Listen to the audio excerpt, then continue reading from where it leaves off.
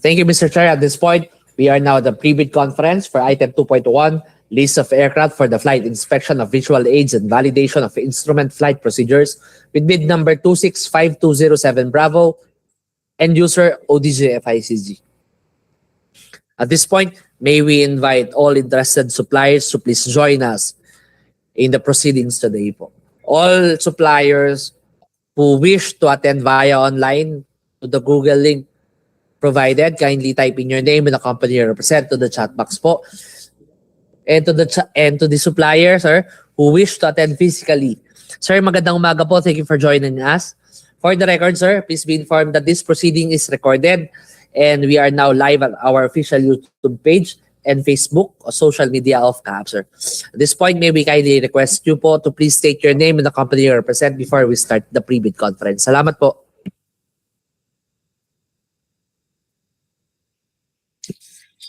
Good morning, everyone.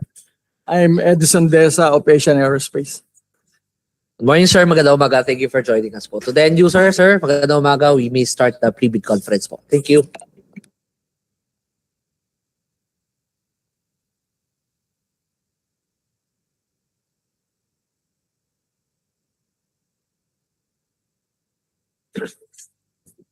While the pre-bid conference or presentation is ongoing, to all our suppliers and observers, please be informed that all questions and our clarifications shall be entertained after the presentation of the end user.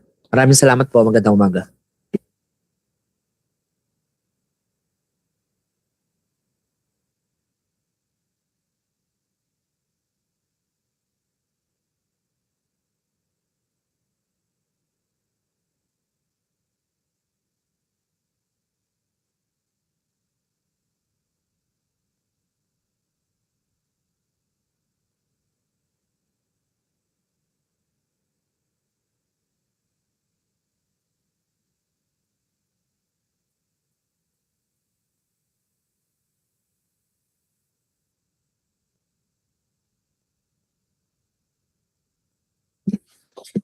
To all our interested suppliers who wish to attend via online, ma'am, sir, magandang umaga po. Thank you for joining.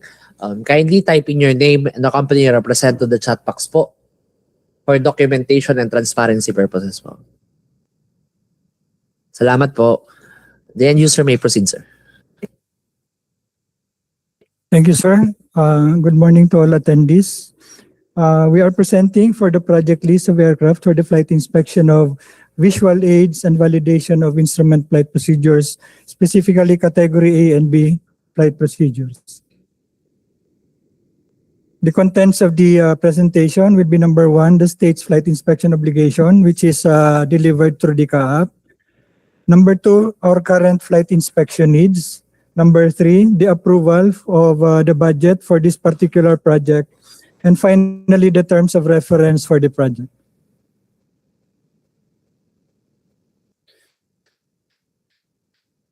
The flight inspection obligation of the CAAP arises from our concurrence to the Convention on International Civil Aviation, or the Chicago Convention of 1944. And our conformity here is under the present law, the Civil Aviation Authority Act of 94, or Republic Act 9497, under Chapter 7, Section 35, paragraphs B and G. Since the CAAP, as of today, provides air navigation services, as well as we also regulate air navigation services. So we have the obligation to ensure the safety of these aviation services through the flight calibration of CNS and ATM systems. Under RA 9497, the mandate is vested with the Flight Inspection and Calibration Group, which is now endorsing the procurement for this particular project.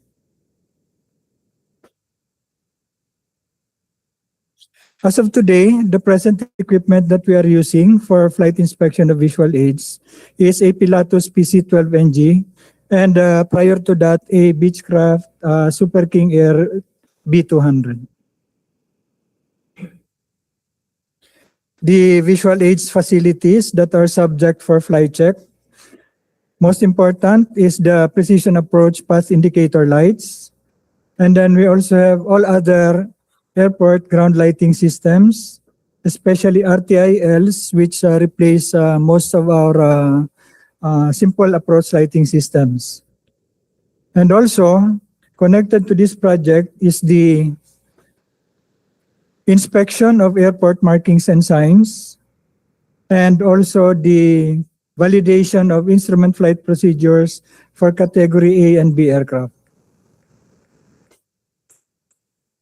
For the CAAP's current flight inspection needs, we have charted all the visual aids that are due for flight check and distributed the flight check activities over a period of 12 months.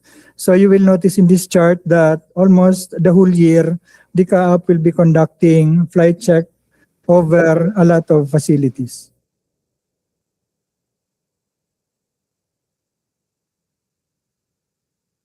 Also, we have computed the allotted time for the ferry, the facility inspection, the validation of the instrument flight procedures, as well as other local traffic delays and other airport inspections.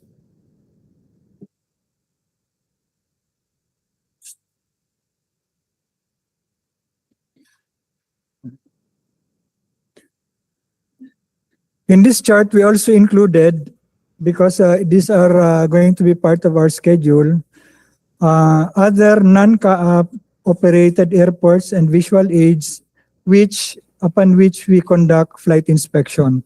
As of today, we require these facilities to lease their own aircraft, so they are not included in the conduct of the flight check for the CAAP.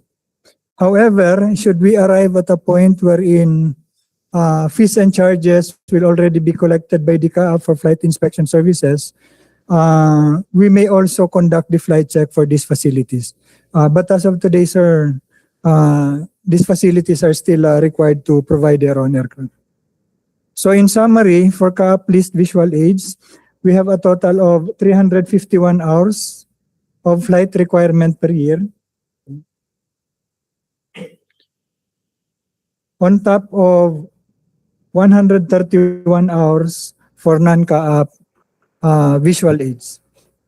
So this is the total flight check that we do every year. For the budget of this project, we have been approved over a 3-year multi-year budget authority from 2026 to 2028 for a total amount of 157,950,000.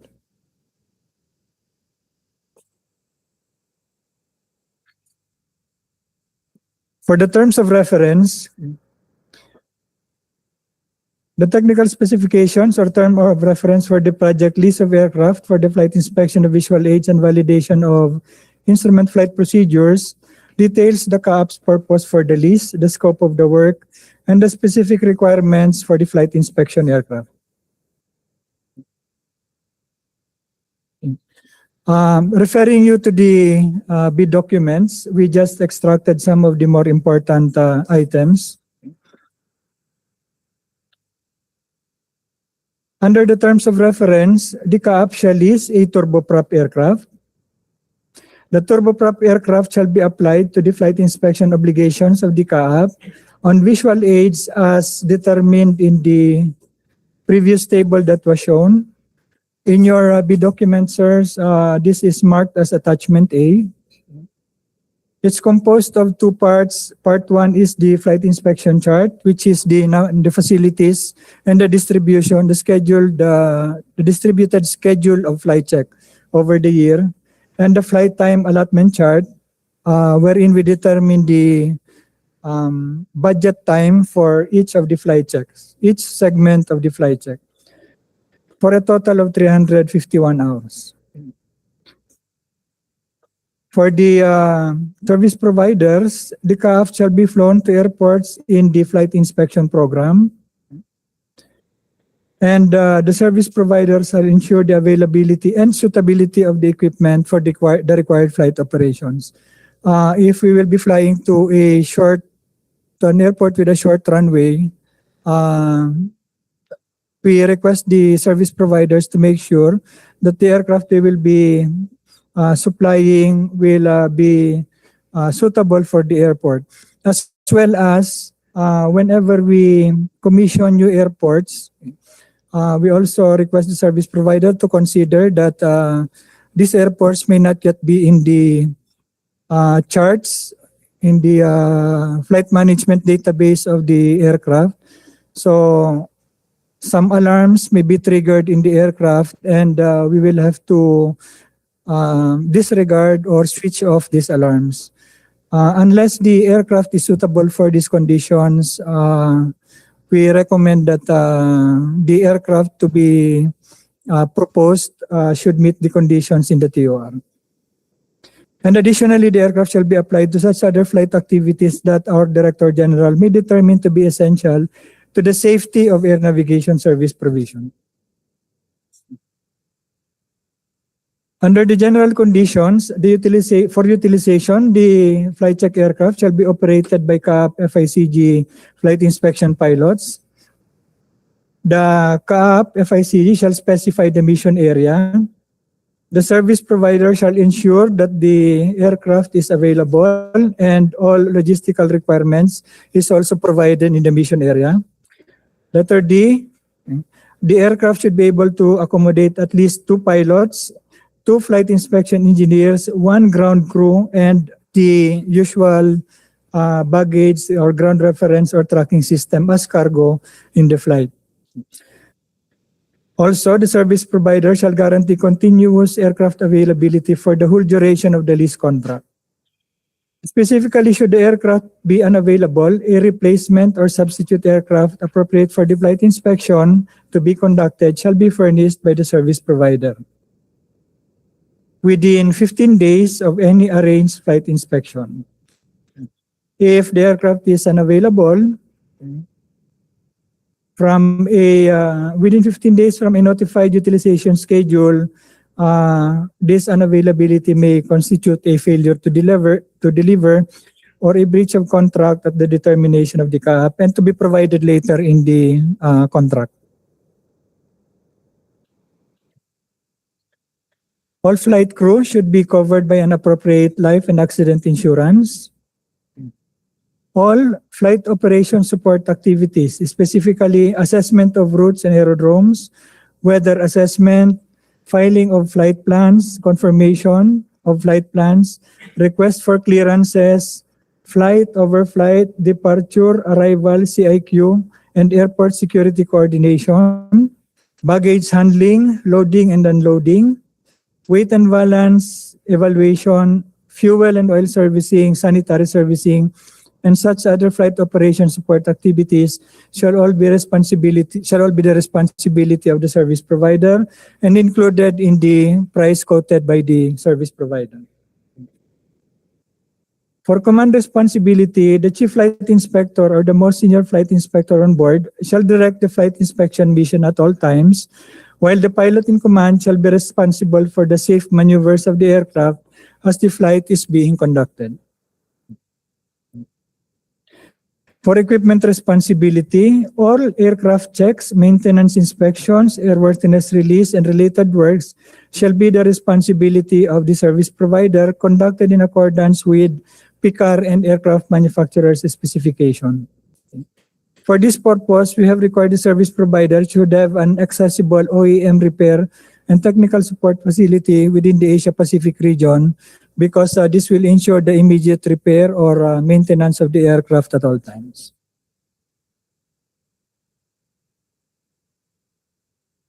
The FMS database is an essential component of the flight check, and the update of the database shall be the responsibility of the service provider. The FICG will conduct inspection and test on the FMS at any time with due notice to the service provider to ensure that the FMS will be usable during any part of the flight check. All utilization and maintenance costs in operating the aircraft shall be at the expense of the service provider, including the labor of non-CAAP personnel, fuel and oil, lubricants, aircraft spare parts, air navigation, and aerodrome operational charges where applicable. Since FICG pilots will be operating the aircraft, the service provider shall provide a qualification training and air recurrency training for 2 CAAP FICG pilots specific to the aircraft to be contracted. The service provider shall bear all training expenses relative thereto in accordance with standard government policies and guidelines for such travel activities.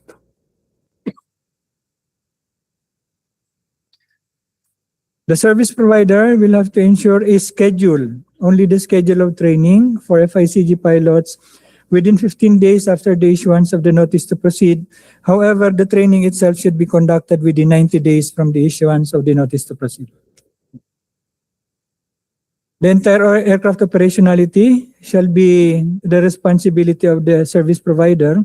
However, in some CAAP airports, the CAAP may permit hangarates and ramp accommodations wherever feasible. This is to ensure that the aircraft is protected from the elements, rain, storms, or such other weather elements that may contribute to the deterioration or the unforeseen improper operation of the aircraft.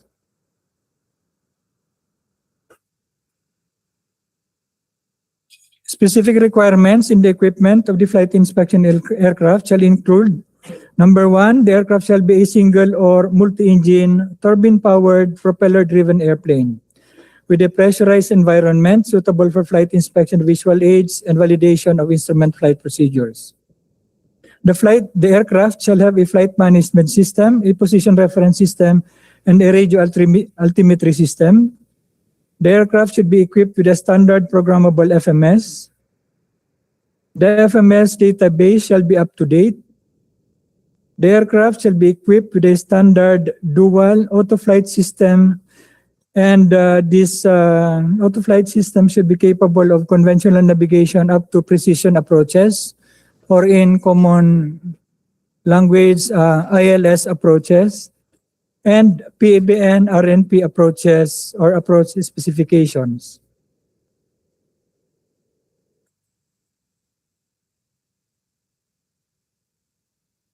Correction, PBN RNP APCH specifications. The aircraft should have an independent GNSS position reference system. The aircraft should meet at least Category B airspeed classification, and we have provided the reference document for this airspeed classification. The aircraft should be equipped with a dual ATC and SSR compliant transponder and altimetry system approved for IFR operations. The aircraft should have dual conventional navigation receivers. The aircraft should have dual VHF communication radio. The aircraft shall be equipped with approach phase radar altimetry system. The aircraft should be equipped with ACAS coupled to the PFD and MFD for situational awareness. The aircraft should be equipped with an EGPWS or TAWS. The aircraft should be equipped with a multi-scanning weather radar system. And the aircraft should have an automatic dependence surveillance system equipment. Letter P, the aircraft should be capable of operating at unusual altitudes. This is what we mentioned earlier. The aircraft shall be required to land and take off from new unpublished aerodromes, and these activities may trigger warnings incorporated in the database. These warnings will have to be switched off, disregarded by the aircraft and the flight crew as the flight inspection is being conducted. The aircraft should be capable of extensive flying operations, minimum of 3 hours between refuels, while flying at levels as low as 500 feet altitude. The aircraft should be capable of demanding climbs and descents and maneuvers required for flight inspection. And this will be demonstrated later once we conduct the post-qualification of the aircraft. The aircraft radio altimeter shall be an essential equipment for measuring critical heights. So we'd like to emphasize the importance of the working radio or radar altimeter. The aircraft environment control should be adequate because most of the times we'll be starting and commencing operations from warm environments. And this may cause problems with the aircraft avionics systems. So the environment control or the air conditioning should be adequate for the flight operations required in this project. The service provider shall provide the necessary trainings for at least 2 pilots. And this is in compliance with civil air regulations on personnel licensing, as well as aircraft manufacturers' crew qualifications and insurance policy requirements. The aircraft service provider shall comply with requirements of other requirements of the PICAR at all times for the operations involved in this project. Should the FSIS or Philippine Civil Air Regulations require other certifications for this kind of operations, it will be the responsibility of the service provider to secure that certificate. It will not be responsibility of the CAAP FICG. The aircraft shall be equipped with an EGPWS or, sorry.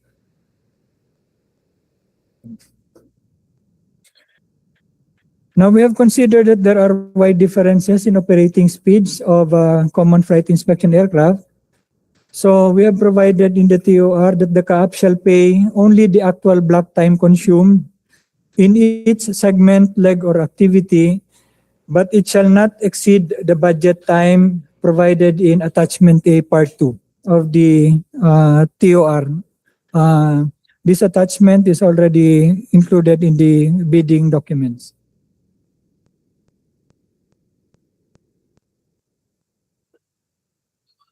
Yes, sir.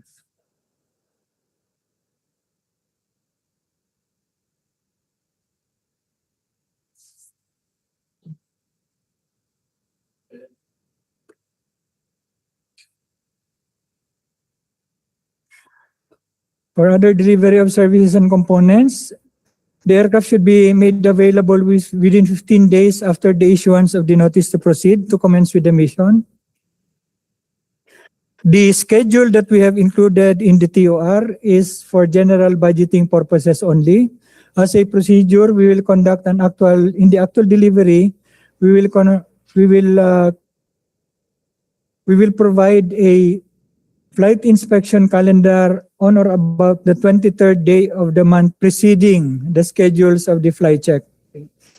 And additionally, we will make a coordination letter through written or electronic mail request within 7 days before any of the scheduled flight. This is to ensure that the service provider is made aware of the schedule of the flight check. Now, due to the significance of this project to public safety, we have required the service provider to accommodate the flight inspection within 5 days from the formal notification. So, the accommodation of the flight inspection mission will be communicated to us by the service provider through email also, so as not to incur any delay. If the aircraft is unavailable for any reason, the same communication will be the reference of the service provider in computing the delays.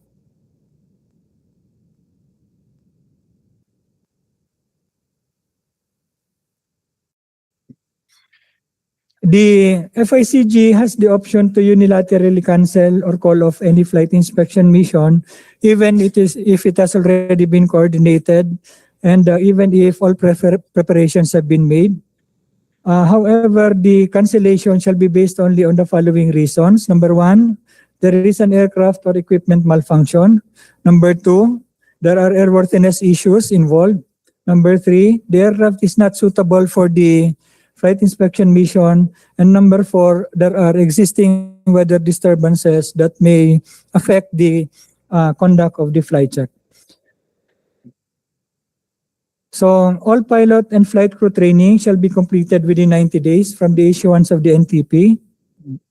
All OEM required, or at least a quarterly FMS database. This will depend on the database requirement of the OEM, of course. shall be strictly observed by the service provider. So if before the aircraft or if before the flight, the FMS will display that any of the database are not current, we'll have to cancel the flight check and wait for the update of the database. Also, should there be any defect requiring repairs or unscheduled works on the aircraft, it should be completed or resolved within 1 month of its occurrence for delay not to arise. This will be our maximum provided period para hindi naman po maapektuhan yung schedule natin for the flight check for the month. And this is also the reason why we have required that the OEM should have a service provider within the Asia Pacific region.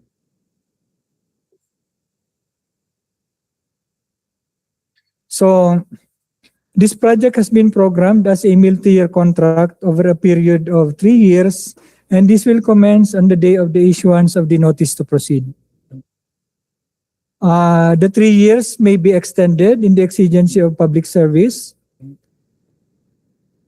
if the total funding allotted for the contract has not been fully consumed.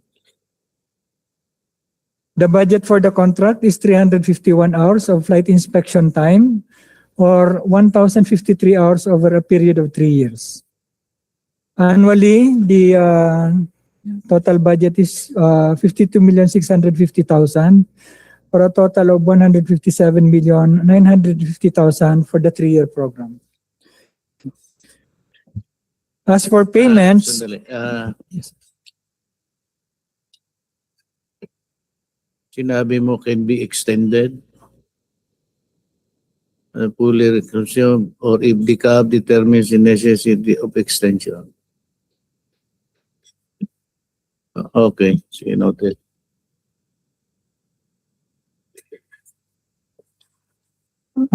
We made this provision, sir, because there are times when the aircraft may not be available and this may affect the delivery of the service. So, yung mga nadidelay, sir, na facilities for the flight check, kailangan din nating habulin, and there have been instances na we need to extend the period of the contract for as long as there are funds for the purpose.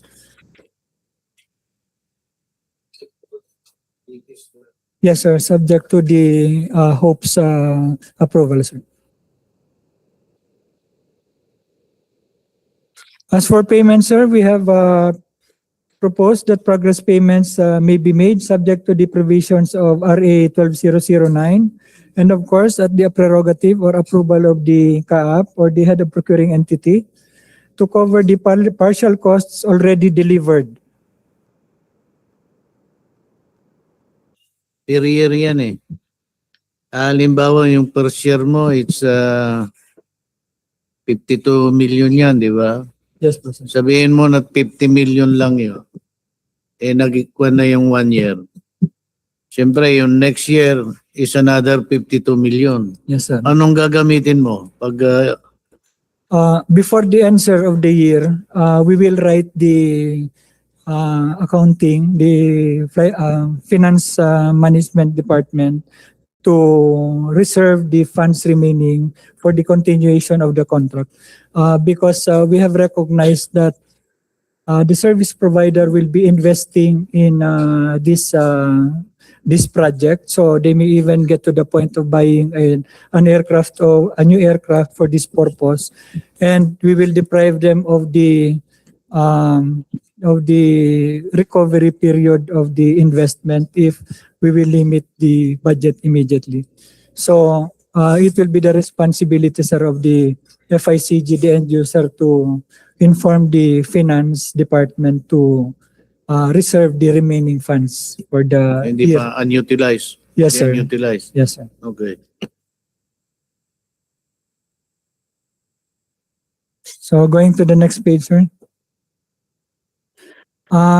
In such instances where the service provider will be requesting payments, okay, they shall submit a statement of service rendered or progress billing and the corresponding the request for the corresponding progress payment showing the amount it considers itself to be entitled for the billing period, as well as the flight plans and such other documents that the accounting department may require.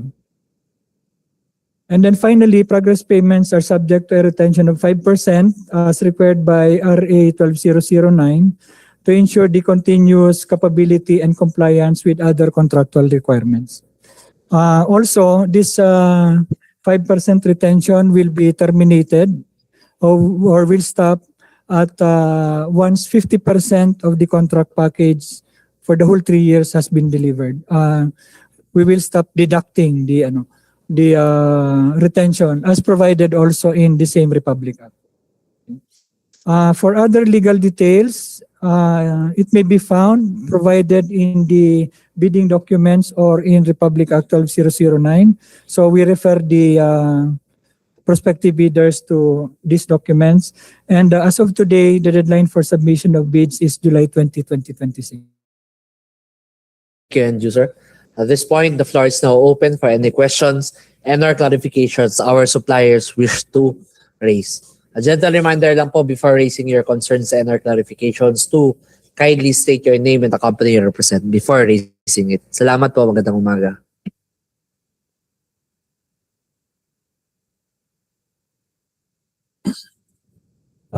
Good morning. Just we would like to request that bidder or prospective bidder must be a CAAP air operator certificate holder with approved maintenance organization certificate.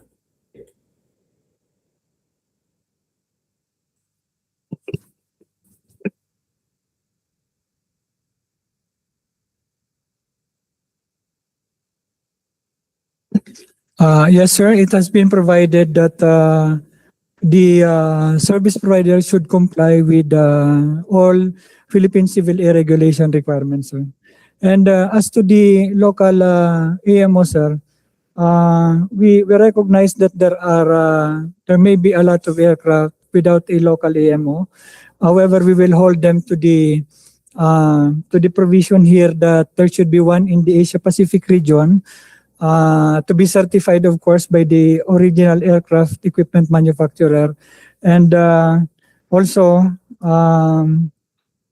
this will ensure that the bidding process will be more competitive and there will be more suppliers. Thank you, sir. Any more questions and or clarifications?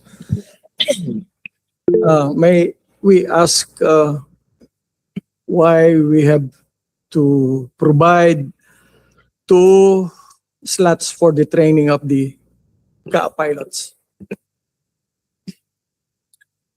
Yes, sir. The training is an essential part of any flight operations. It's also in the Philippine CAR. So we need to comply with these requirements, especially for flight inspectors doing multiple jobs. As of today, we have limited number of personnel. So the only people that we can send for trainings are those holding permanent positions. If we will limit only to one flight inspection pilot, he may not be available. He may be sick, so he will not be able to deliver the required function. So there should be an alternate, and that is even when the aircraft is only allowed for single crew. And of course, we have considered this requirement, and you may notice, sir, that the budget has been increased to accommodate this additional requirement of training. It appears that this provision had not been included in the existing or current. Yes, sir. The provision was not yet included in prior, but to make sure that we are more compliant now of the PCARs, we needed to include this. Thank you, Mr. Chair. Sir, we have a raised hand from Desiree Conalan. Ma'am, good morning. Kindly state your name and the company you represent before raising your concern. Salamat po. Good morning, sir. I'm Desiree Conanan from ANM Melita Vision International Corp. My question is about the SLCC eligibility. Will the CAAP recognize or accept the SLCC involving government projects outside the aviation industry, for example, the construction, infrastructures, or other government service contracts, provided they meet the required contract value? Thank you.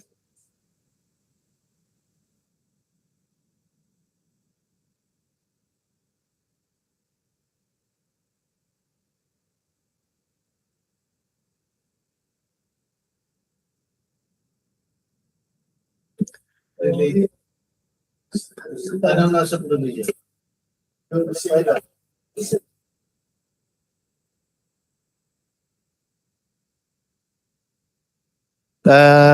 just check the provisions. To Ma'am Des, complete ng question po natin. Thank you. Hindi clear yung... Sorry, sir. I think hindi po clear yung line.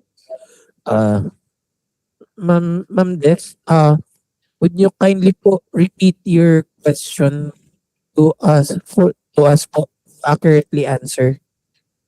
Okay po. Will the CAAP recognize or accept SLCC involving government projects outside the aviation industry? For example, the construction, infrastructures, or other government service contracts, provided they meet the required contract value.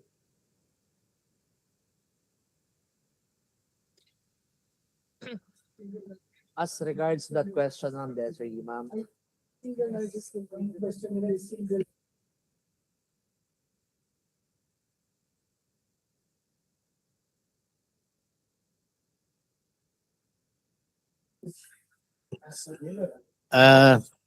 hindi kayo sigurado, ipakuan nyo na lang. And then, sige. Regarding that question, ma'am Desiree, yes, Attorney Frank, yes po. Hi, ma'am. Good morning.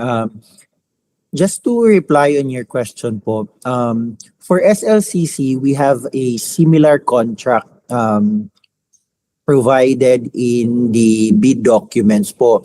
Whether it is government or private contract, we are admitting it provided that it is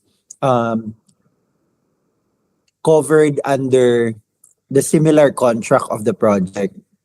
And for this one, Secretariat, can we show what is the similar project for the single largest completed contract?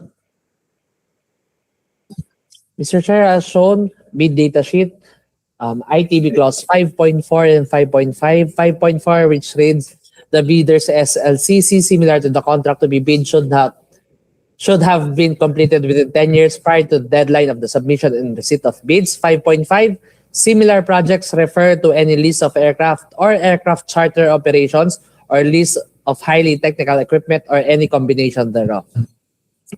There go, ma'am, Desiree. So, infrastructure is not included in the definition of what can be considered as the contract for the SLCC po. So, please be guided na lang po by these provisions in order for you to comply with the SLCC requirement po.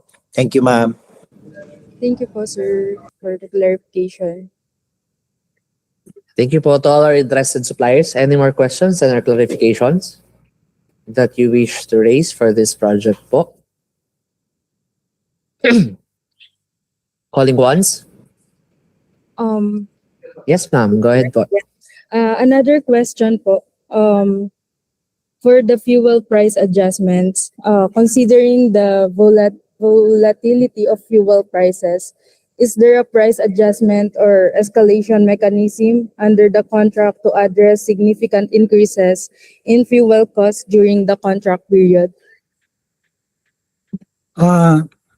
Actually, ma'am, based on this contract, we have not provided any adjustment for fuel prices because we have explored that possibility before, and it is a very lengthy procedure. We will need an approval up to the NEDA before we can implement any adjustment. And it will also require extensive studies. So, yeah, unfortunately, we cannot allow for the price adjustment. Thank you po. Thank you, ma'am. Any more questions? Only once? Twice? Thrice? All right. Mr. Chair, that concludes our pre-bid conference for the presented project. List of aircraft for the flight inspection of visual aids and validation of instrument flight procedures with bid number 265207. Agenda reminder lang po for all. Any questions and or clarifications not raised today may still be raised in writing, addressed to the BAC through the BAC Secretariat 10 days before the scheduled bid openings.